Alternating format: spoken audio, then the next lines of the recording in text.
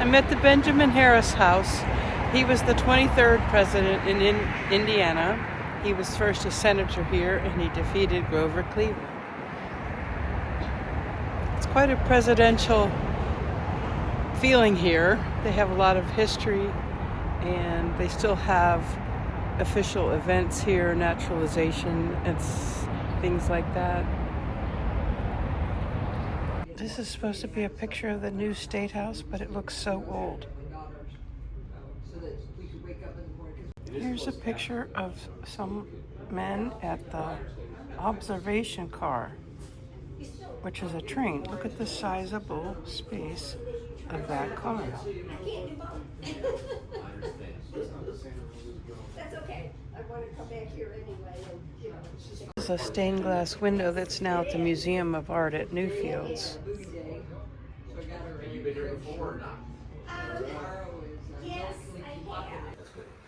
Usually what I do is spend maybe 2 or 3 minutes just talking about the house in general, and then maybe 5 or 6 minutes about Benjamin and Caroline, kind of point out a timeline of their life. And then we'll go room to room, and I'll point out a few interesting things. But at any point, if you have, and so we pair with them, and then over the last 10 years, we've been able to replicate, and in some cases, exactly duplicate the built for about $28,000 back in the day. That translates to roughly $800,000 today. And as I said, 80% of everything in the room, in the home, is original, which is pretty unique. So one thing, we ask you not to touch or sit on anything, gas.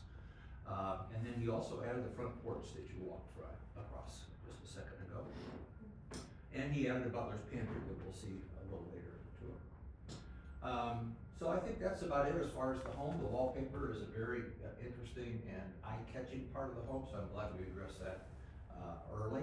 And so she joins the whole entourage, if you will. The ceilings are 12 foot tall. The Electoral College, but loses the popular vote. So because he was victorious in the Electoral College, he is the elected president of the United States.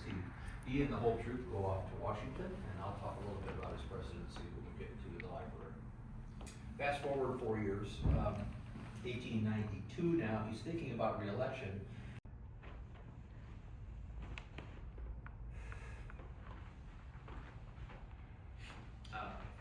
So in 1897, particular piano is called a grand square piano. It's a nice piece of furniture. It's mother of pearl inlay over the keys there. It's quite impressive. On top of the piano, we have 4 pictures. The 2 small ones on the right.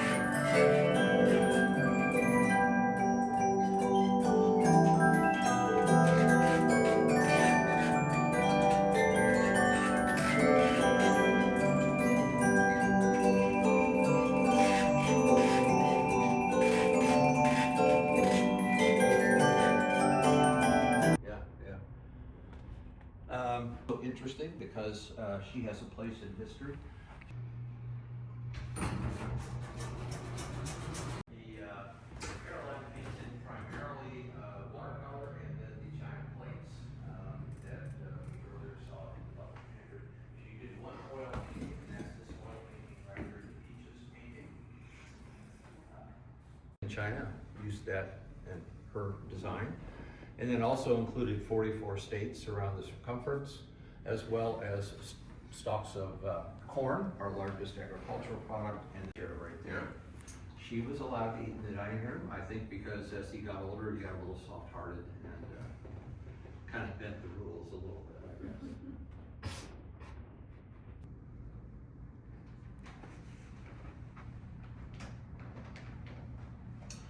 We'll go upstairs next, and we'll go up a spiral staircase. Just be careful how you go up and use the handrail so no one falls. Financial matters, that was her column. So from 1913, and as you can see, it closes up in kind of a clamshell fashion. So at the end of a working day, all Benjamin had to do was close that up and lock it, and everything was secure until he came back at some later point in time.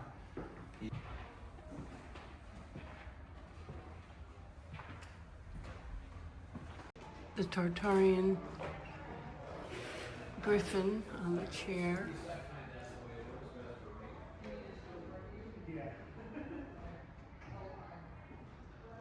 tour was quite extensive, lots of details about the history of the family and all the items in the house, where it came from.